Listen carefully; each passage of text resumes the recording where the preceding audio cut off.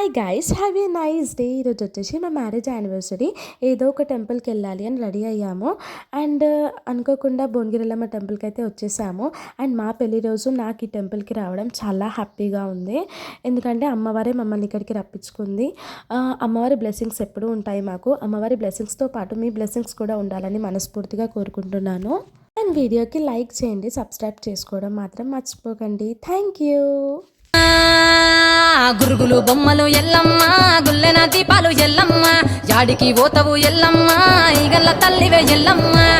వారం నాడు ఎల్లమ్మ, మంగళారం నాడు ఎల్లమ్మ, మంగళారం నాడు ఎల్లమ్మ, తీరొక్క పూజలు ఎల్లమ్మ.